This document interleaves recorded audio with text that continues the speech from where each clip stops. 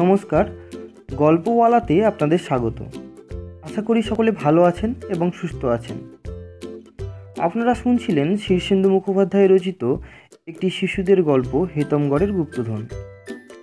আপনারা প্রথম পর্বটি শুনেছেন। আজ হেতমগড়ের গুপ্তধনের দ্বিতীয় পর্ব। তো চলুন গল্পটি শুরু করা যাক। বিপদ ঘটলে মানুষ তখন যতটা ভয় পায়, তার চেয়ে আরও বেশি ভয় পায় বিপদ কেটে যাওয়ার পর সেই বিপদের কথা ভেবে। মাধবেরও হয়েছে তাই। ভূতকে চড় মেরেছেন, গাছ থেকে নবতারণের ঘাড়ে পড়েছেন, তারপর অন্ধকারে অনেকটা পথ দৌড়ে গাছগাছালির সঙ্গে ধাক্কা খেয়ে হোঁচট খেয়ে পড়ে অতি কষ্টে নদীর ধারে পৌঁছে গেছেন। নদীর ধারে বসে জিরোতে গোটা ব্যাপারটা ভাবতে গিয়ে এখন হঠাৎ আঁতকে শিউরে উঠে কাঠ হয়ে গেলেন। সাক্ষাৎ পুলিশ এবং সাক্ষাৎ ভূতের পাল্লা থেকে কপাল জোড়ে বেরিয়ে এসেছেন, কিন্তু এখন ভয়ে শরীর আড়ষ্ট হয়ে যাওয়ায় আর এক পাও চলার ক্ষমতা ছিল না। এমনই গ্রহের ফের যে কিছুতেই রাম নামটাও মনে আসছে না। দশরথ, লক্ষণ, শত্রুঘ্ন, ভরত, এমনকি মন্থরার নামটাও মনে পড়ছে, কিন্তু দশরথের বড় ছেলের নামটা জিভে আসছে না।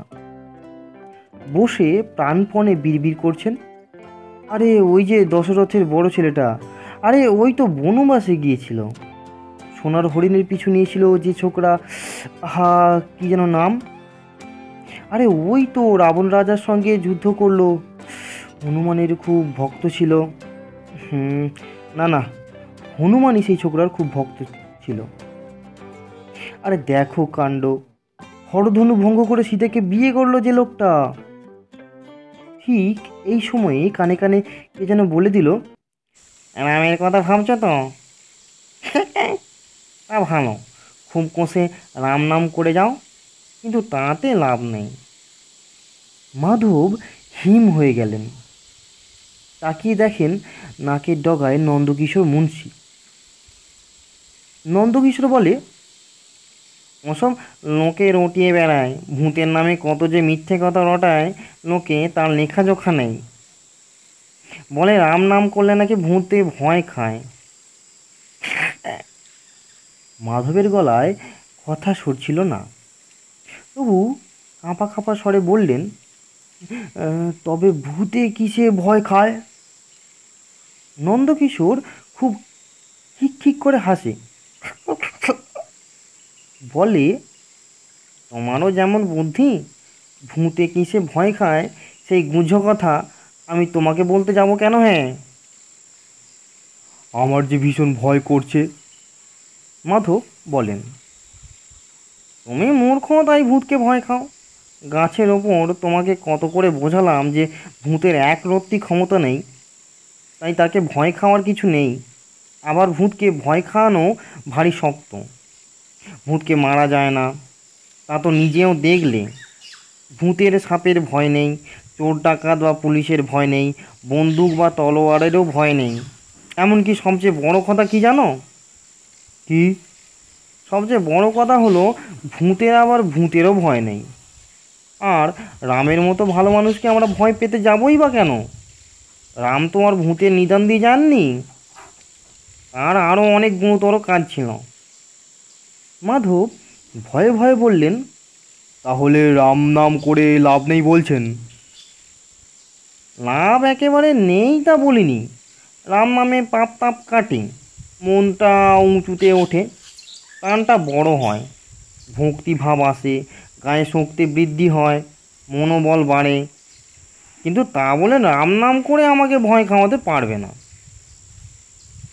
শক্ত পাল্লায় পড়েছেন বুঝতে পেরে মাধব কাঁদো কাঁদো হয়ে বললেন, আপনাকে চড় মারাটা আমার ভারী অন্যায় হয়েছিল। নন্দকিশোর খিক করে হেসে বলে, আরে দূর, তুমিও যেমন। তুমি তো চড় মারতে গিয়েছিলে, নবতরণ তারকা পিস্তল বের করেছিল। সাথে কি তোমাদের মূর্খ বলি? তোমার চড় আমার লাগলে তো আমি কিছু মনে করিনি, তবে তোমার মতো জোর জোচ্ছরদের শাস্তি হওয়া উচিত ছিল বলেই আমি মনে করি। সেই জন্যই আমি চেয়েছিলাম নবতারণকে পথ দেখিয়ে নিয়ে এসে তোমাকে ধরিয়ে দেব, কিন্তু দারোগা এমন ভয় খেয়ে গেল যে পালিয়ে বাঁচে না। আগে আমি চোর নই, বিশ্বাস করুন। নন্দকিশোর গম্ভীর হয়ে বলল, কোনো চোরই নিজেকে চোর বলে স্বীকার করে না। তুমি চোর কি না তা জানতে হলে আমাকে তোমার ভিতর ঢুকতে হবে। হ্যাঁ, বলে আটকে ওঠেন মাধব। নন্দকিশোর বলে, ভয়ের কিছু নেই, যাবো আর আসবো, 10 মিনিটও লাগবে না। নন্দকিশোর ভূত হলেও বিঘত খানেক লম্বা এবং ভালো সাইজের মর্তমান কলার মতোই পুরুষ্ট। মাধব কোঁকিয়ে উঠে বলেন, ভেতরে গিয়ে দেখবেনটা কি? তোমার মগজ দেখব, বিবেক দেখব, তোমার মনটা কেমন তা বিচার করব, তারপর বুঝবো তুমি চোর না কি না। কোথা দিয়ে ঢুকবেন? নাক কান মুখ সব পথেই ঢোকা যায়, তবে নাক কান হচ্ছে গলি পথ, আমি গলি দিয়ে যাতায়াত করতে পছন্দ করি না। মুখ হলো রাজপথ, আমি রাজপথই পছন্দ করি। তুমি হাঁ করো। মাধব ইতস্তত করে বললেন, গলায় যদি আটকে যায় তাহলে তো বিষম খেয়ে মরবো। আমি বলি কি, পুরোটা একসঙ্গে না ঢুকে আমি বরং আপনাকে একটু একটু করে চিবিয়ে খেয়ে নিই। দূর দূর, তুমিও যেমন, হাঁ করে থাকো, টেরই পাবে না, আমি এমন কায়দায় ঢুকে যাব। অগত্যা মাধবকে হাঁ করতে হলো। নন্দকিশোর ডাইভ মেরে ভিতরে ঢুকে গেলেন। মাধব টের পেলেন একটা নরম আইসক্রিমের মতো ঠান্ডা জিনিস তার চাগড়ায় গোঁত্তা মেরে গলা দিয়ে নেমে গেল। বেশ বড় রকমের একটা ঢেকুর তুললেন মাধব, তারপর কাঠ হয়ে বসে রইলেন। ছেলেবেলায় হাঁ করে কাঁদতে গিয়ে একবার একটা মাছই গিলে ফেলেছিলেন মাধব। দুধ খেতে গিয়ে মাঝে মাঝে একটা আচ্ছা পিঁমড়েও পেটে গেছে। আহাম্মক মশা অনেক সময় বেখেয়ালে মানুষের মুখে ঢুকে গিয়ে পেটসই হয়ে যায়, তাই জীবনে বেশ কয়েকটা মশাও হয়তো মনের ভুলে গিলে ফেলেছেন তিনি। তাছাড়া ওষুধের বড়ি, চিরতার জল, তেতো পাঁচন সবই খেয়েছেন, কিন্তু ভূত গেলা এই তার প্রথম। নন্দকিশোরকে গিলে ফেলার পর তিনি স্তম্ভিত হয়ে ভাবতে লাগলেন, এ আমি কি করলাম। ওদিকে নবতারণ হতাশ হয়ে সদল বলে থানায় ফিরেই দেখলেন একজন গোঁফওয়ালা ভারী চেহারার বিশিষ্ট ভদ্রলোক বসে আছেন। গম্ভীর গলায় বললেন, আমি হচ্ছে বিজয়পুরের জমিদারের নায়েব। খবর পেয়েছি জমিদার মশাই ছোট জামাই মাধব চৌধুরীকে এই থানায় আটকে রাখা হয়েছে। খবরটা কি সত্যি? বিজয়পুরে জমিদারের জমিদারি এখন আর নেই বটে, কিন্তু তারা 3টে জাহাজের মালিক। তামাক পাতার মস্ত ব্যবসা আছে, আরও হাজার রকমের কারবারে তাদের লাখ লাখ টাকা খাটছে। তাদের ভয়ে বাঘে গরুতে এক গাঁটে জল খায়। সুতরাং নবতারণ মাথা চুলকোতে লাগলেন। এই থানার চার্জ নিয়ে একদিনই এই বিপত্তি দেখে তিনি অন্য থানায় বদলি হওয়ার কথা ভাবলেন। তারপর কাঁচুমাচু মুখে বললেন, তাকে কি ছেড়ে দেওয়ার হুকুম আছে? নায়েব মশাই গম্ভীর হয়ে বললেন, না, বরং তাকে খুব ভালো করে আটকে রাখবেন, কারণ লোকটা খুবই খ্যাপাটে আর রাগী। বিয়েতে রাতে তাকে শালীরা সুপরিশুদ্ধ নারী ক্ষতি দিয়েছিল বলে তিনি রাগ করে চলে আসেন, আর কখনো শ্বশুরবাড়ি যাননি। জমিদার মশাইও ওই রকম আহাম্মক জামাইয়ের মুখ দর্শন করতে চাননি, কিন্তু এখন মেয়ের কান্নাকাটিতে তার মন নরম হয়েছে। কিন্তু জামাইয়ের হাতে পায়ে ধরে যেচে সেধে তাকে নিয়ে যাওয়ার মানুষ তিনি নন। তাই জামাইয়ের গ্রেপ্তারের খবরে তিনি খুশি হয়েছেন। তিনি বলে পাঠিয়েছেন কাল সকালের মধ্যেই মাধব চৌধুরীকে পুলিশের পাহারায় গ্রেপ্তার অবস্থায় শ্বশুরবাড়িতে যেন হাজির করা হয়। নবতরণ মাথা চুলকোতে চুলকোতে টাকের ছাল তুলে ফেললেন প্রায়। হে হে করে বিনয়ের হাসি হেসে বললেন, কিন্তু মুশকিল হলো, আমরা যখন শুনলাম যে তিনি বিজয়পুরের ছোট জামাই তক্ষুনি তাকে ছেড়ে দিয়েছি। উনি তো এখন এই থানায় নেই। নায়েব আরও গম্ভীর হয়ে বললেন, তাহলে আবার এক্ষুনি তাকে গ্রেপ্তার করে আনুন। কাল সকালে তাকে গ্রেপ্তার অবস্থায় বিজয়পুরে হাজির না করালে কর্তা খুবই রেগে যাবেন। কারণ তার ছোট মেয়ে বলে দিয়েছে তার স্বামীকে আর 3 দিনের মধ্যে হাজির করতে না পারলে সে বিষ খাবে বা গলায় দড়ি দেবে। জমিদারের মেয়ে তো, ওদের কথা নড়চড় হয় না। আপনি আর দেরি না করে এক্ষুনি বেরিয়ে পড়ুন। ঠিকমতো জামাইকে হাজির করতে পারলে কর্তা প্রচুর পুরস্কার দেবেন। এই বলে নায়েব মশাই উঠে পড়লেন। নবতরণ বসে বসে টাক চুলকোতে লাগলেন। জীবনেও এমন মুশকিলে পড়েননি, কিন্তু কিছু একটা করতেই হবে। বিজয়পুরের জমিদারের সঙ্গে হর্তাকর্তাদের খুব খাতির, চটে গেলে নবতরণের চাকরি খেয়ে নিতে পারে। ওদিকে থানার গারদে ঘটোৎকচ প্রচণ্ড হম্বিতম্বি করছে। তার খাওয়ার সময় পার হয়ে গেছে, ঘুমও পেয়েছে, কিন্তু বাঁদরটাকে খাবার দেওয়ার কথা কারো মনে পড়েনি। তাছাড়া কুটকুটে কম্বলের বিছানায় শুয়ে থাকা ঘটোৎকচের অভ্যাস নেই। ফলে সে ঘন ঘন হুঙ্কার ছাড়ছে, গড়াদ বেয়ে উঠছে নামছে। সে একটু মোটা সোটা বলে গড়াদের ফাঁক দিয়ে বেরোতে পারছে না। তবে তার মধ্যেই সে ঠ্যাং বাড়িয়ে একজন সেপাইকে ল্যাং মেরে ফেলে দিয়েছে, আর একজনের চুল খামচে আচ্ছা করে মাথাটাকে ঠুকে দিয়েছে লোহার দরজায়। সেপাইরা রেগে গেলেও কিছু বলেননি, কারণ দারোগাবাবুর ছেলের জন্য বাঁদরটাকে নিয়ে যাওয়া হবে। বাঁদরের হুফহাফ শুনে নবতরণ হঠাৎ গর্জন করে বললেন, সব দোষ বেয়াদব বাঁদরটার। এই নিয়ে আয় তো ওকে, আচ্ছা সে ঘা কতক দিই। সঙ্গে সঙ্গে সেপাইরা ঘটোৎকচকে আচ্ছা সে দড়ি দিয়ে বেঁধে চ্যাংদোলা করে নিয়ে এলো। ঘটোৎকচ জানে এই অবস্থায় তেরিমেরি করা ঠিক নয়, তাই সে খুব লক্ষ্মী ছেলের মতো কোনো গোলমাল করলো না। এমনকি সামনে হাজির হয়ে সে দারোগাবাবুকে হাত জোর করে একটা নমস্কার করলো। নবতরণ একটু নরম হয়ে বললেন, বেটা সহবত জানে দেখছি। শুনে ঘটোৎকচ নবতরণকে একটা সেলামও দিল। বাহ বাহ, খুশি হলেন নবতরণ।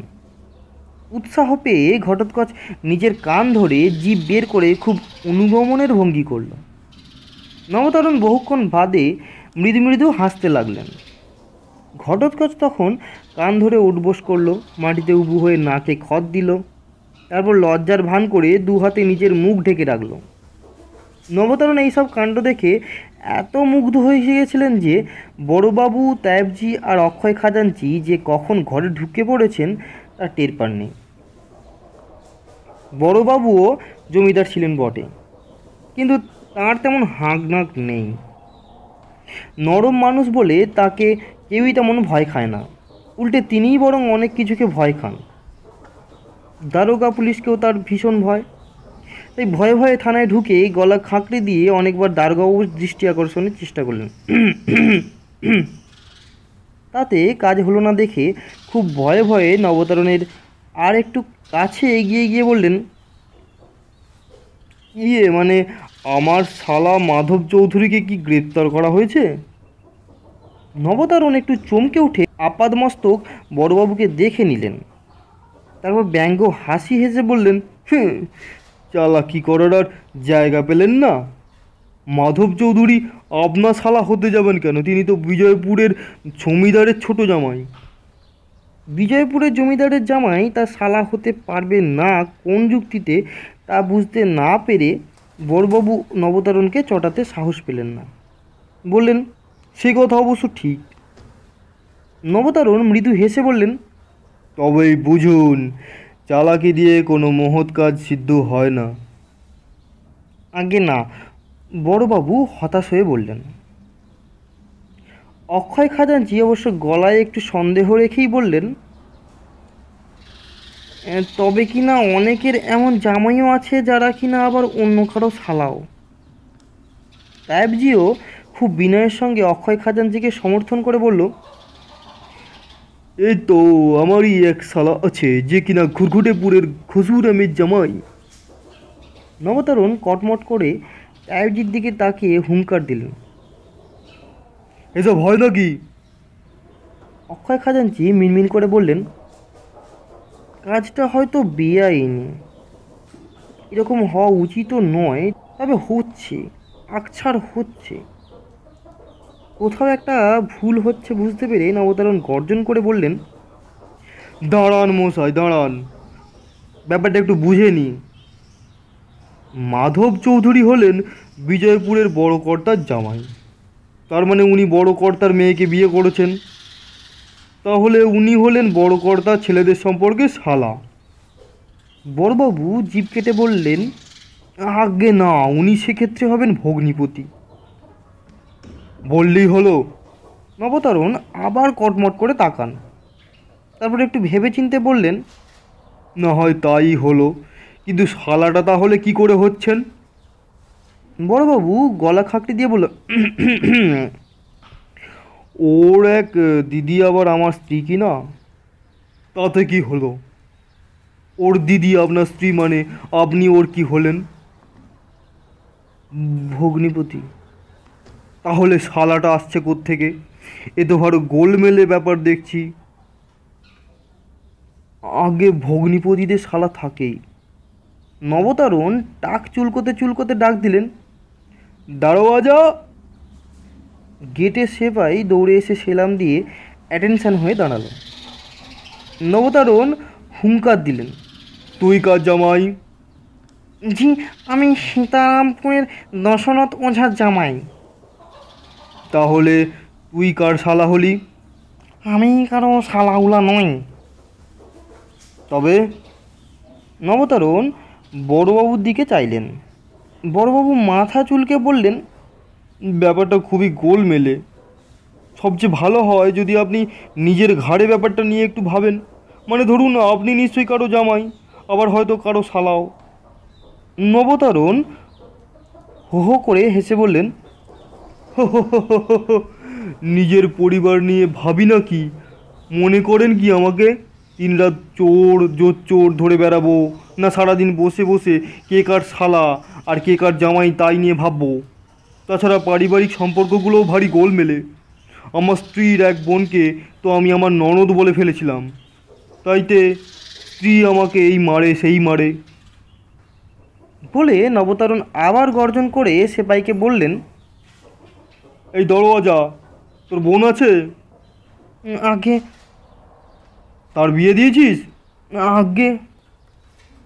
বোনের স্বামীর কি তুই শালা হলি তবে?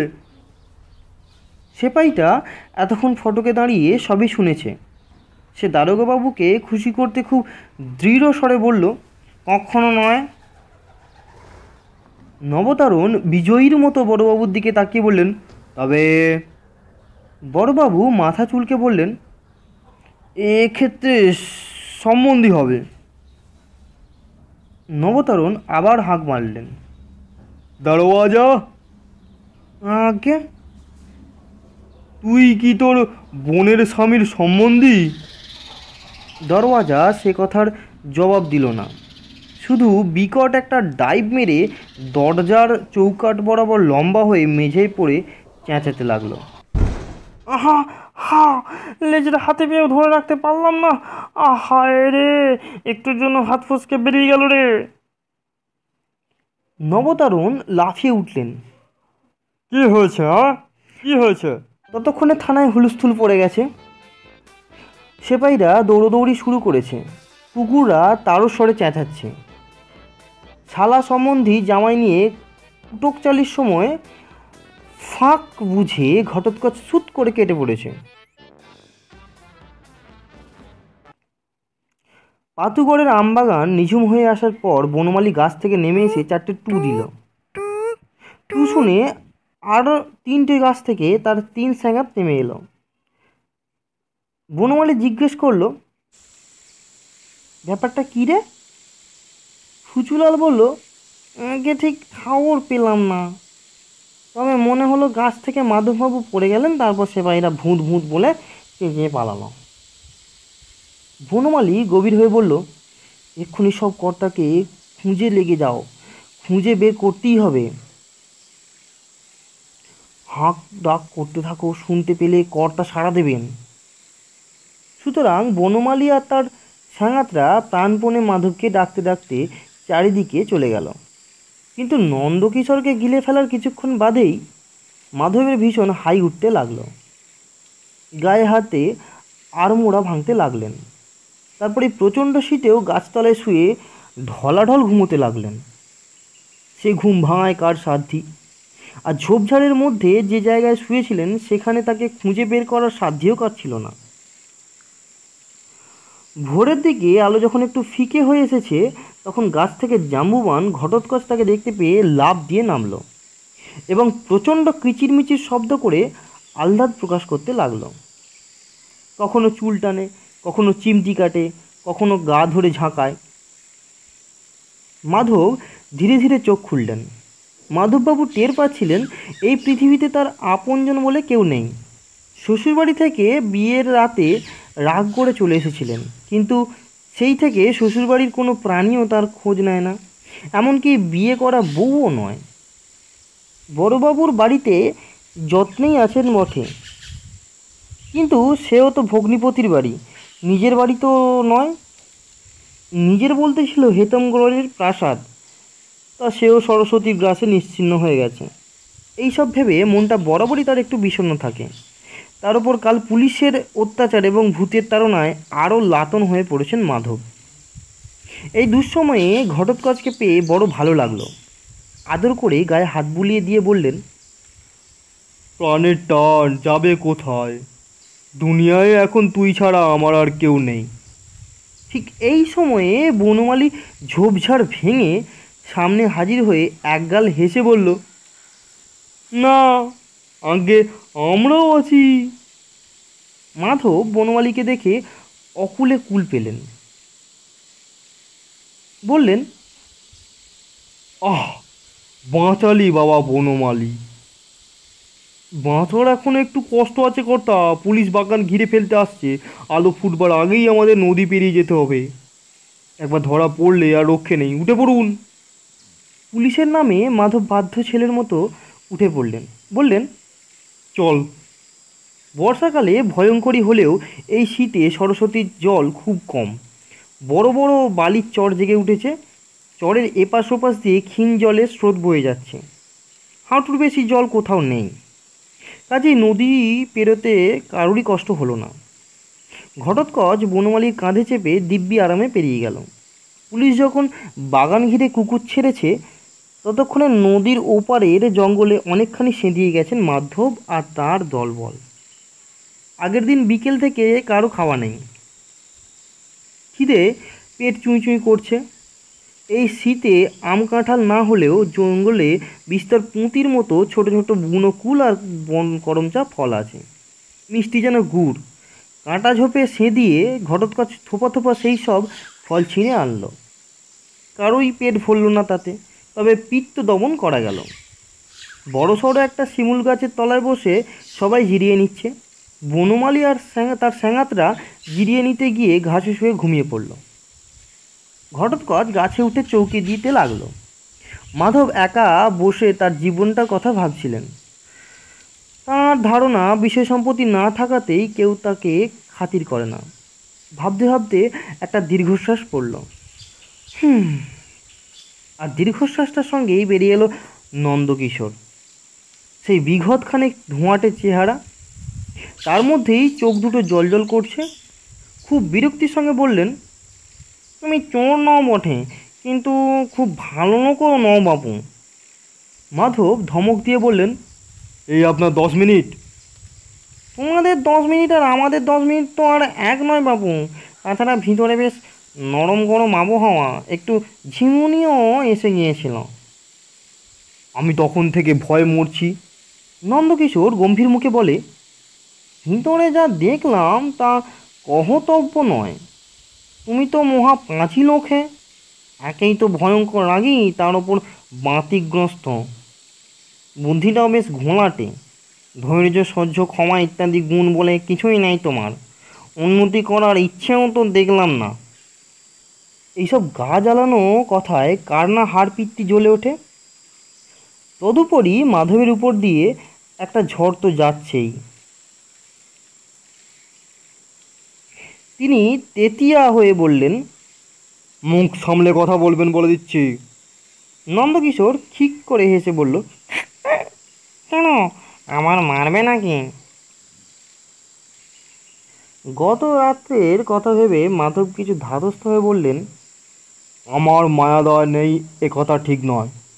নন্দকিশোর আবার খিক করে হাসে, তারপর বলে, সে কথা থাক, তোমার ভিতরে ঢুকে আর একটা নতুন জিনিস আবিষ্কার করলাম। ফোঁকলা মুখ দেখে তোমাকে আমি বুড়ো মানুষ ভেবেছিলাম। ভিতরে গিয়ে দেখলাম তুমি মোটেই বুড়ো নও, তাজা জোয়ান। তাছাড়া তা দাঁতগুলো এই অল্প বয়সে খোয়ালে কী করে? মাজতে না বুঝি? হুঁ, দাঁত ছিল আমার। তোমার মতো বয়সে খাসির মাথা মুড়মুড় করে চিবিয়ে খেয়েছি, ঠিক যেমনভাবে লোকে মুড়ি খায়। মাধব বললেন, আমার মতো আস্ত সুপুরি চিবিয়ে খেতে হলে বুঝতেন দাঁতের কেরদানি বেরিয়ে যেত। সুপুরি খেলে দাঁত পড়ে যায় এই প্রথম শুনলাম। সে যাকে, তোমার ভিতরটা আমাকে আরও একটু ভালো করে দেখতে হবে। মাধব আঁতকে উঠে বললেন, আবার ঠুকবেন নাকি? আর মদ ঠুকব? তোমার মতো অপদার্থকে মানুষ করতে হলে বিস্তর মেহনত দিতে হয়। তোমার মগজটা তো দেখলাম শুকিয়ে ঝুরঝুর হয়ে আছে। মুখের মধ্যে যে থলিটাতে সাহসের গুঁড়ো ভরা থাকে, সেই থলিটা দেখলাম চুপসে আছে। অর্থাৎ যতই তর পাও, আসলে তুমি অতি কাপুরুষ লোক। চোখের বায়োস্কোপের পর্দাটাও বেশ ময়লা। অর্থাৎ তুমি দিন কানা রাত কানা মানুষ। চোখের সামনের জিনিসটা দেখেও দেখতে পাও না। এত যার অগুণ, তার আবার অত দেমাক কিসের? মাধব মিনমিন করে বললেন, এত সব কথা কেউ আমাকে কোনোদিন বলেনি। এই সময় হঠাৎ নন্দকিশোর একটু কেঁপে উঠে বলে, একটা পেটকেল গন্ধ আসছে কোত্থেকে বলো তো? ভারী বিচ্ছিরি গন্ধ। বলতে না বলতেই হঠাৎ গাছের মগডাল থেকে তরতর করে ঘটোৎকচ নেমে এলো আর হুফাপ করে লাফাতে লাগলো। নন্দকিশোর শিউরে উঠে, ওরে বাবা বলে চেঁচিয়ে পলকের মধ্যে মাধবের কানের ভিতর ঢুকে গেল। করেন কি, করেন কি বলে চেঁচাতে চেঁচাতে মাধব কানে আঙুল ঢুকিয়ে বিস্তর খোঁচাখুচি করলেন, কিন্তু নন্দকিশোরের আর পাত্তা পাওয়া গেল না। ভারী সুরসুর করছিল কানটা। ঘটোৎকচের লাফালাফিতে বনমালী আর তার স্যাঙাতরা উঠে বসেছে। বনমালীর ইঙ্গিতে টিকটিকি বিদ্যে যেন লোকটা নিমেষে একটা শিশু গাছ বেয়ে মগডালে উঠে গেল, আবার সরস করে নেমে এসে বলল, ভীষণ বিপদ। অন্তত সদুই পুলিশ নদী পেরিয়ে জঙ্গলে ঢুকে এইদিকে আসছে। বনমালী চোখ কপালে তুলে বলে, পুলিশ কি? আমাদের মতো ছিচকে চোরকে ধরতে এত পুলিশ? মনে হচ্ছে ব্যাপারটা কিছু গুরুচরণ। মাধব ভয়ে কাঁপছিলেন। কানের মধ্যে নন্দকিশোর, পিছনে নবতরণ। বললেন, তাহলে? বনমালী বলে, কুছ পরোয়া নেই। এ হলো হেতমগড়ের জঙ্গল। এর সব ঝোপঝাড়, গর্ত, খানাখন্দ আমার নখদর্পণে।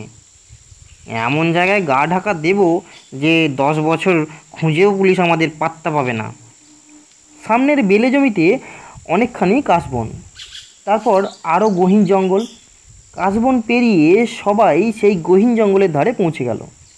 বনমালী বলল, কর্তা একটু হুঁশিয়ারি হয়ে চলবেন।